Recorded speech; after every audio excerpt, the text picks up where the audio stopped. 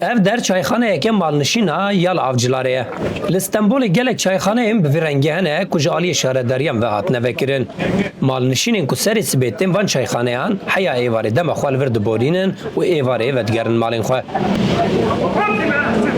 Li seranserê Tirkiye li cihê ku sînorê birçîbûnê ji 36,000 lîraya boriye û çeyê kêmtirin ê malnişînan ji 20,000 derket 23,552 lîrayan. Dema em ji malnişînek dipirsin dibêje li vir çay 5 lîraye. Ez û hevalê xwe tên ew çay dide min û ez didim wê. Heya ku dibe êvar. Ev gotinên ku ji devê kesek derdikevin ne bi tenê gotinê kesekin. Peyvên bi dehang malnişînên li wir rûniştîne. Abdurrezzaq Ekincî ku ev 24 salin malnişîn bûye jî yek ji van e. Me rewşa wî ya malnişîniyê jê pirsî û wî jî bersivand. Pêvajoya tu teqawît bûyî pêvajoyekî qeyranê bûye li Tirkiyeyê. Pêvajoya krîza 2002 ya.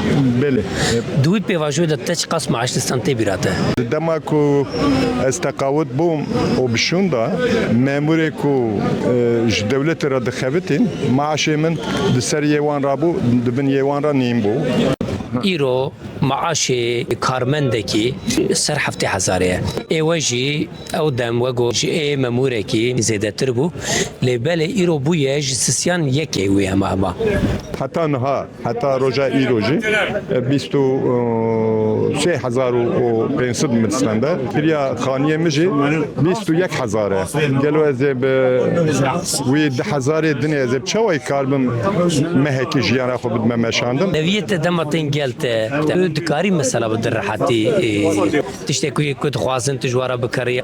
کو زاروکې من لمن خودی درنین از نکارم تورنی خو خودی درم ابیا از بکری بجم یعنی تورنیم تید کمنه پیشامر ان نکارم بجم ابی ده بانته یعنی Kilo goşt ji 1000 lirayê kemtir nîne her diçe zêdetir jî dibe.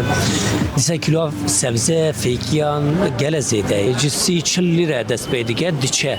Pirsgirêkên we tenduristiyê dema dertê hûn çawa dikin.